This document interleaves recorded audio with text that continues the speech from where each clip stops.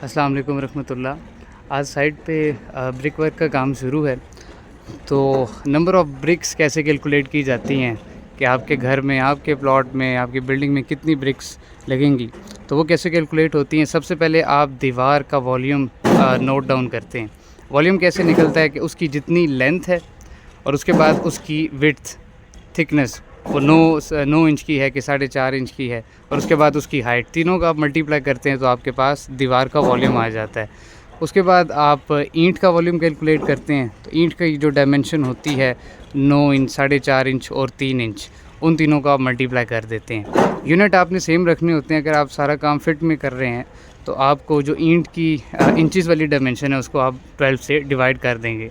Same as it is जो उसने दीवार की आपने चौड़ाई निकाली है वो भी इंचेस में है, उसको भी आप डिवाइड करेंगे 12 से, तो वो फिट में आ जाएगी। तो यूँ आपके पास वॉल्यूम ऑफ वॉल आ जाता है और वॉल्यूम ऑफ ब्रिक आ जाता है।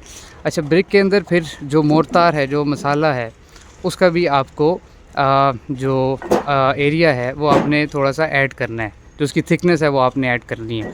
वो अमूमन 10 mm होती है, तो उसको भी आप अगर इंच में ले लें तो 0.375 इंच आपके पास आ जाता है।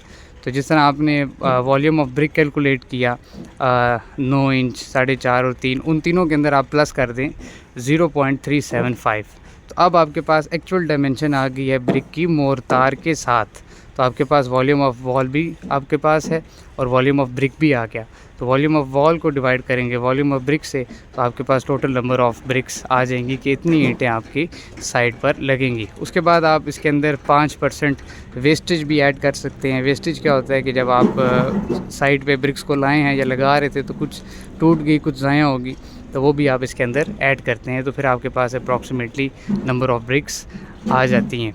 उसके बाद पूरे प्लॉट की एक साथ भी फाइंड हो सकती हैं। अगर सारी दीवारें एक जैसी हैं तो आप सेंटर लाइन मेथड से उसको फाइंड कर सकते हैं। Otherwise long wall, short wall का अलग-अलग मेथड लगाकर बाद में उसको ऐड कर सकते हैं।